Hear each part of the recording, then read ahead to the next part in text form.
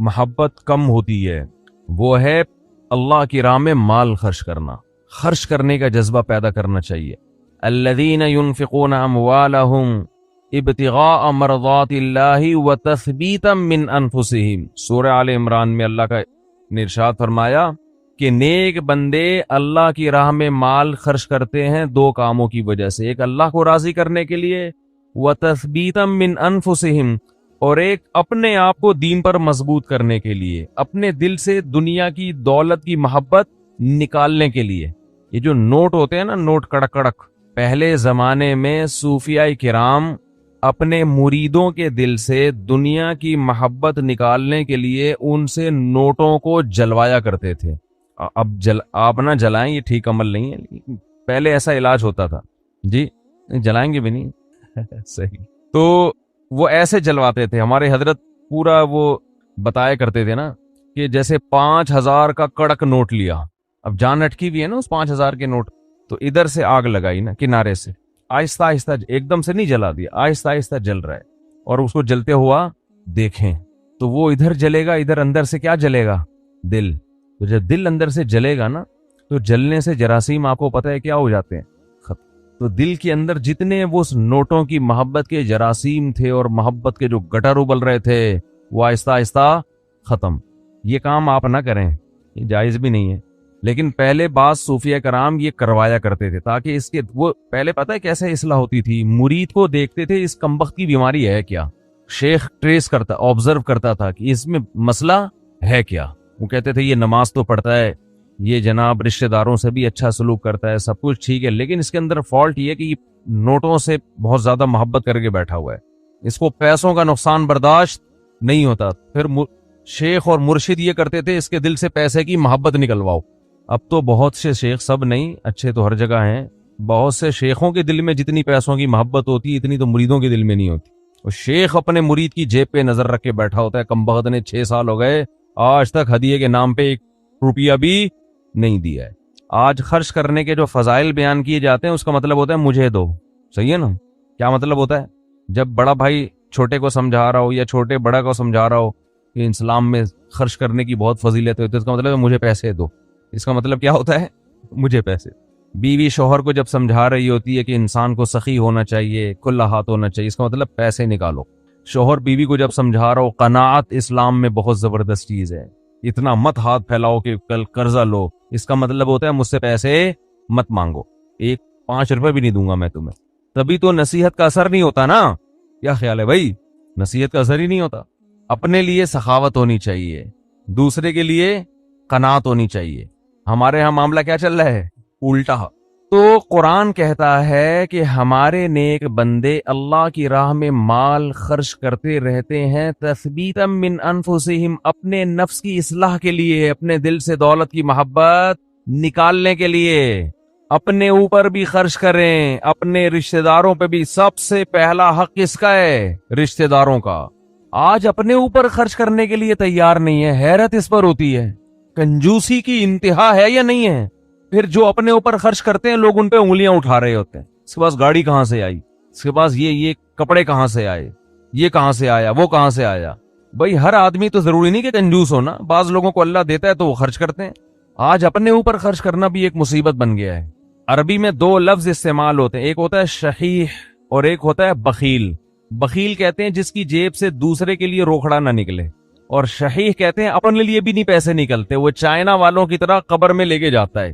وہ ملیشیا میں قبرستان ہے، وہاں کروڑ پتی لوگ جب دفن ہوتے ہیں تو دیگوں میں اپنے ساتھ پیسہ لے کے قبر میں جاتے ہیں۔ وہ آپ یوٹیوب پہ دیکھ لیں، ایسی بہت سی ویڈیو ہیں کہ پورے سونے چاندی کے ساتھ دفن ہوئے ہیں، بہت ہیں ایسی۔ ہمیں ہمارے نبی نے فرمایا صلی اللہ علیہ وسلم، دنیا مسافر خانہ ہے، میری مثال اس سوار کی طرح ہے کراکب استظل تحت شجرہ، ایک مسافر سفر کرتے کرتے درخت کے نیچے لیٹ گیا ہو تھوڑی دیر سستانے کے لیے، آرام کے لیے، اس کے بعد اس نے موو کرنا ہے یہاں سے۔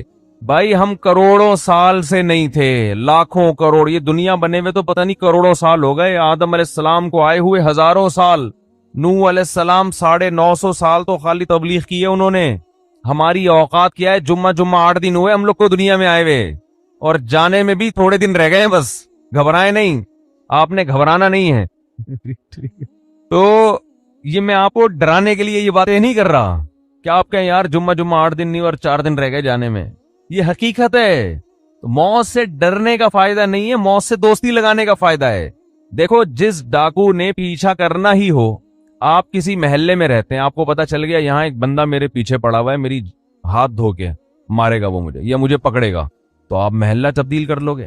کیا خیال ہے کہ بھائی اس دہشت گرد کو تو محلے سے نکالا نہیں جا سکتا, خود ہی محلہ تبدیل کر لو.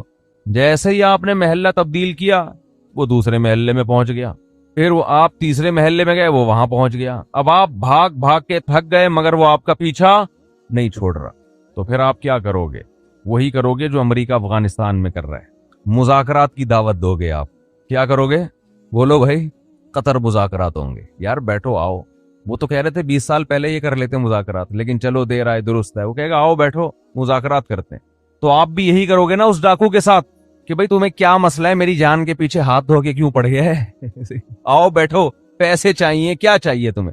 تو آپ مذاکرات کے ذریعے کمپرومائز کی بولو کوشش کرو گے کہ یار اس سے جان چھڑانا مشکل نہیں ہے, فل ٹینشن ہے یہ آدمی, بیٹھ کے کچھ ٹاک شاک کر کے کچھ باتیں کر کے کچھ دوستی لگاتے ہیں, دشمنی ختم کرتے ہیں. آخری نتیجہ یہ نکلے گا کہ نہیں نکلے گا؟ تو قرآن کہہ رہے کوئی عام ڈاکو تمہارے پیچھے کیا لگے گا, انما تکونوا یدرکوا الموت, موت جیسے تمہارا پیچھا کر رہی ہے نا, پیسے دنیا میں پولیس کسی کا پیچھا نہیں کرتی, سمجھ رہے ہیں؟ وہ بھی ایک وقت کے بعد آ کے چھوڑ دیتی ہے. موت ایسا پیچھا کر رہی ہے, یدرککم الموت, قرآن کہتے ہیں موت ایسے پکڑے گی تمہیں, آ کے ادراک کرے گی تمہارا. وہ جس دن سے پیدا ہوئے ہیں اسی دن سے پیچھے پڑی ہوئی ہے, اور اس نے بہت کوشش کی ہم کو قبر میں اتارنے کی.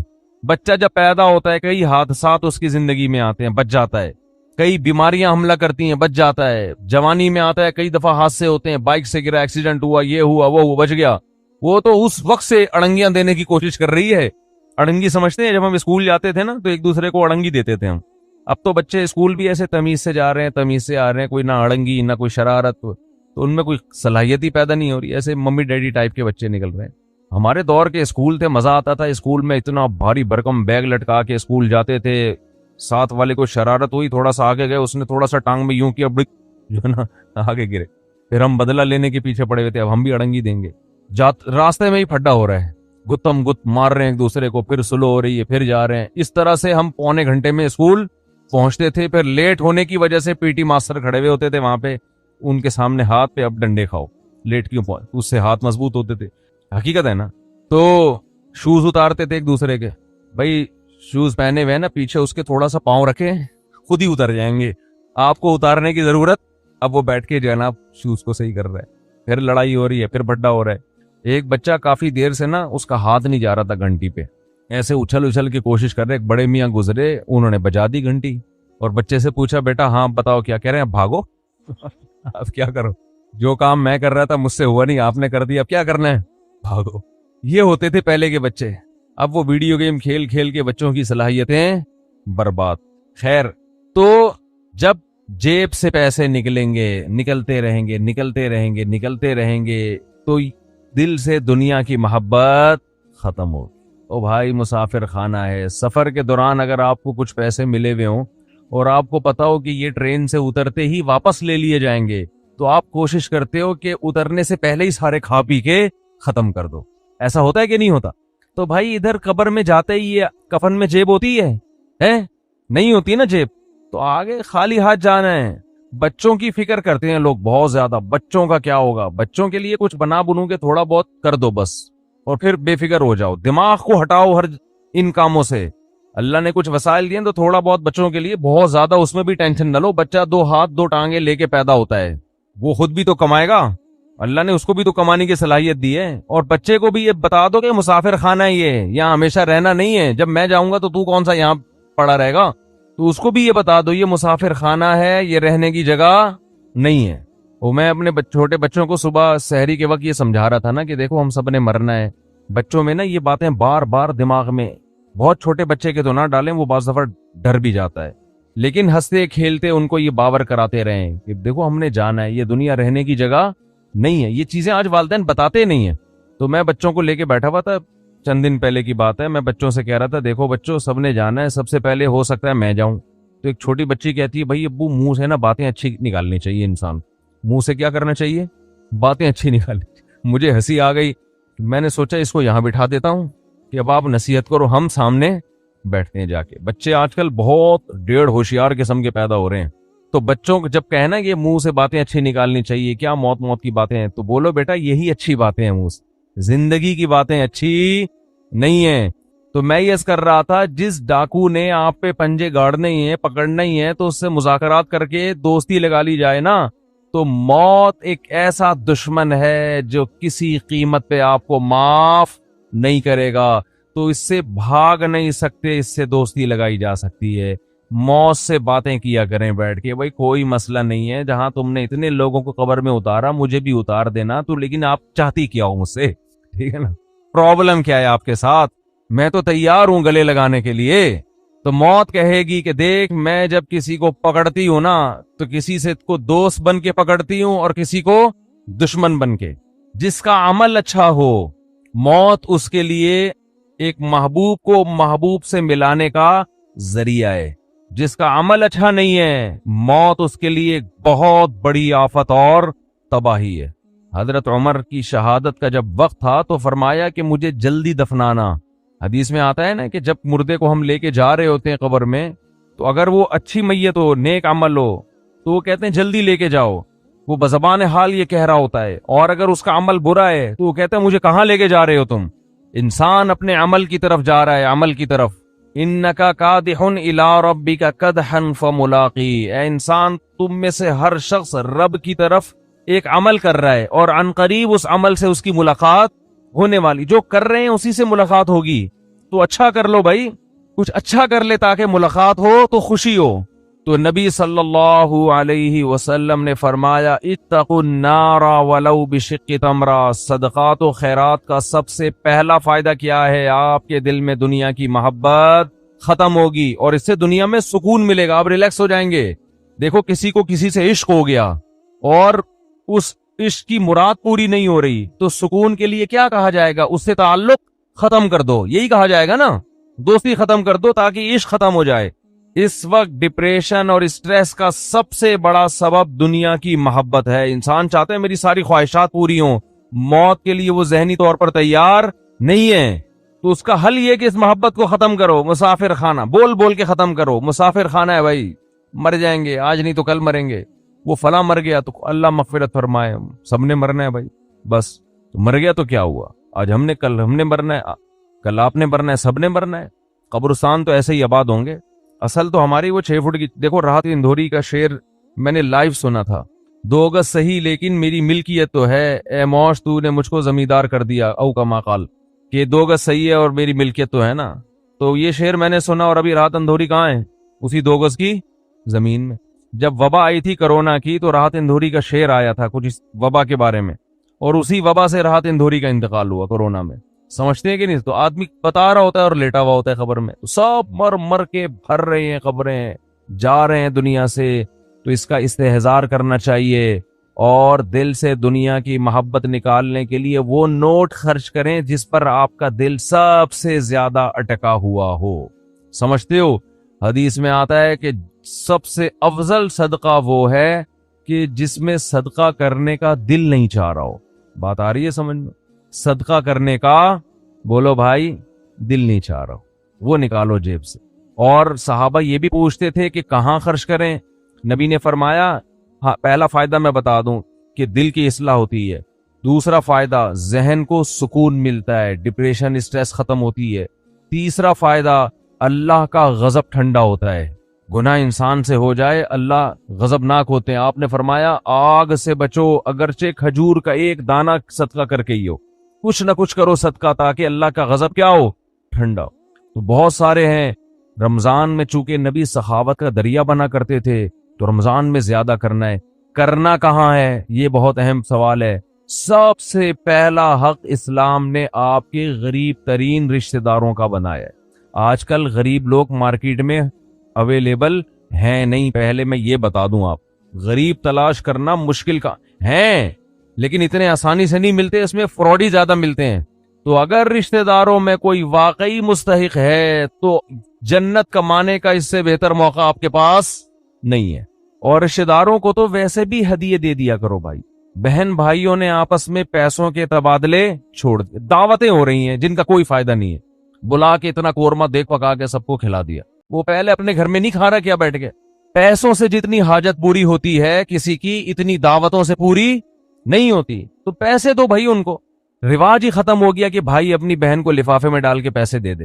اور رشتہ دار جو قریبی ہے نا, ان کے لیے مستحق ہونا ضروری نہیں ہے. مستحق تو زکوٰۃ کے لیے ضروری ہے, پھر ورنہ زکوٰۃ ادا نہیں ہوگی.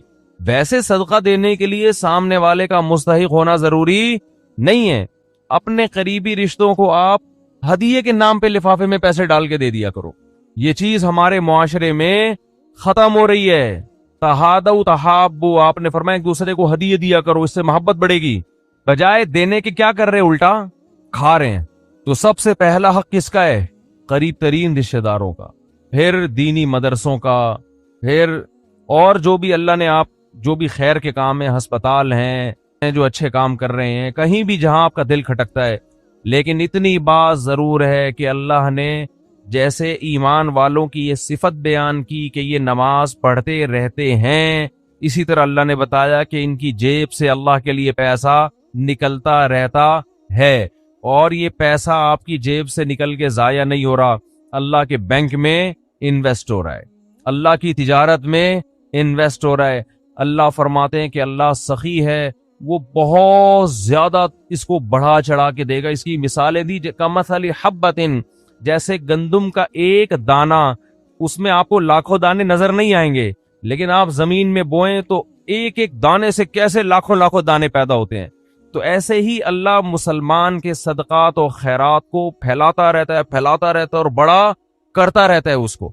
اللہ سے دعا ہے کہ ہمیں اس جہنم کی آگ سے بچنے کی فکر میں اللہ صدقات و خیرات کی توفیق عطا فرمائے.